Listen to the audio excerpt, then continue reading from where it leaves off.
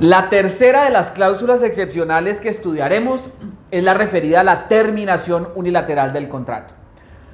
También tiene la característica de ser unilateral, en la medida en que es una prerrogativa estatal. Tiene su soporte normativo en el artículo 17 de la Ley 80 de 1993. Al igual que las cláusulas estudiadas con antelación, también requiere de la existencia de un acto administrativo motivado, que sea mediante un acto de la administración pública debidamente motivado, que se diga, oiga, se va a terminar el contrato. Lo primero que tenemos que explicar, a expensas de la caducidad que estudiaremos más adelante, es que no se debe confundir la terminación unilateral del contrato con la cláusula excepcional de caducidad que estudiaremos. Entonces, cuando el servicio público lleve a una eventual terminación del contrato, esta debe estar sujeta o ligada a 4 condicionamientos o 4 situaciones respecto de las cuales o que llevan a que se genere en efectos prácticos la terminación unilateral del contrato. La primera de ellas es que cuando existan situaciones de orden público que impongan la terminación del contrato, el Estado podrá acudir a ella o cuando el servicio público así lo exija. Por ejemplo, en Colombia, que tenemos yo creo que casi todos los ejemplos para todo, zonas complicadas de orden público, de violencia, lo que conocemos más comúnmente como zonas rojas, el Estado va a realizar una obra, y ha pasado en Colombia. Va a realizar una obra, pero resulta que los grupos armados por fuera del margen de la ley que hay en la zona no permiten que se realice la obra. La vía pública, la vía intermunicipal, o no permite que se realicen determinados contratos, secuestra a los contratistas, quema vehículos del contratista, o que el contratista a su vez ha contratado para que le presten ese servicio y poder ejecutar el contrato.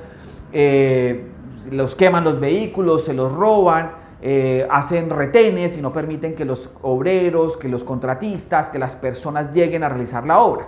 Son situaciones de orden público que en la práctica imposibilitan la realización de un contrato. Entonces, el contratista no está obligado a poner en riesgo su vida, su libertad, sus bienes y su patrimonio por desarrollar un contrato. Más aún si el Estado no le provee las situaciones de seguridad necesarias para poder evitarlo. Entonces, fíjense cómo la terminación en este primer evento puede que no sea una causa atribuible al contratista. Inclusive puede significar también para el contratista una indemnización o el reconocimiento de algunos valores dinerarios, porque fue a desarrollar el contrato, fue a cumplirlo, pero situaciones ajenas a su voluntad lo impidieron y el Estado tampoco, digamos, hizo nada para evitarlo. Entonces, esas situaciones pueden generar terminación del contrato.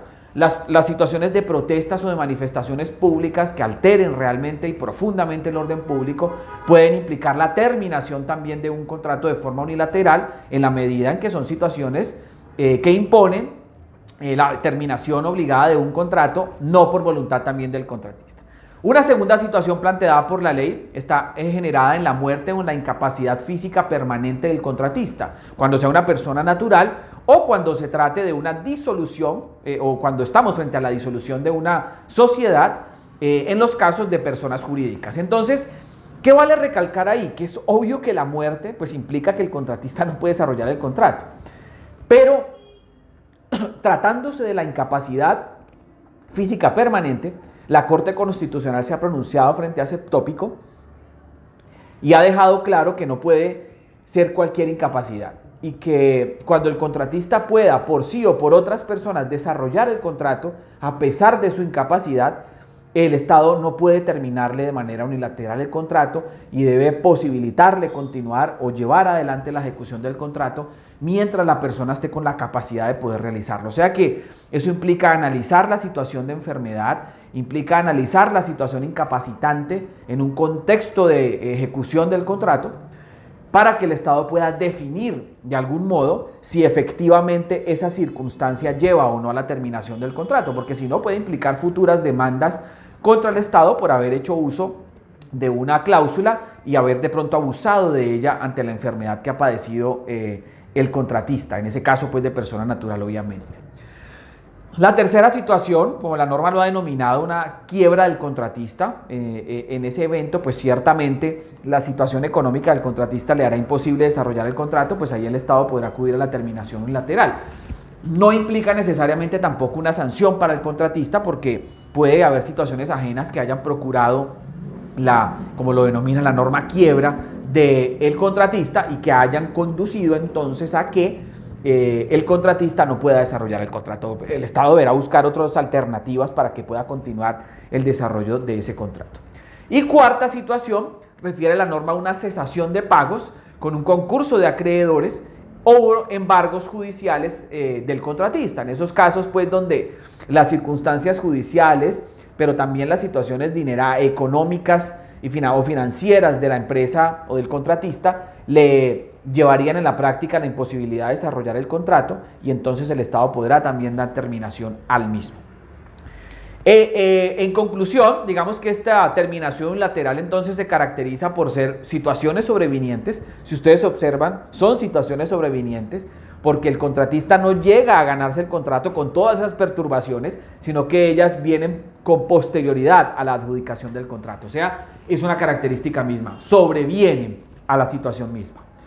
No es una sanción al contratista. La terminación no implica que el contratista se le esté sancionando, se le esté terminando porque incumplió el contrato, no, o las obligaciones contractuales, sino que el escenario de las ocurrencias que hay, pues han llevado a que el Estado tenga que adoptar esta decisión. Insisto, inclusive a veces podrá terminar el contrato, liquidarlo y en esa liquidación reconocerle también algún dinero al contratista si hay lugar a ello, y no por el contrario una sanción. Entonces aquí no se sanciona al contratista, no se le imponen cargas sancionatorias al contratista, insisto, porque no es un incumplimiento ni tampoco es una situación caprichosa del contratista la circunstancia que ha motivado la terminación. Y finalmente, pues puede haber una indemnización al contratista a expensas pues del desarrollo que haya hecho del contrato, hasta dónde haya logrado desarrollar el contrato, y que eventualmente pues implique también el reconocimiento de un dinero al contratista. Esas son las circunstancias que implica la terminación unilateral del contrato. No obstante, si se quiere detallar mucho más esta cláusula, pues el artículo 17 de la Ley 80 del 93 principalmente, podrán ustedes en esa normativa ahondar un poco más en este tema.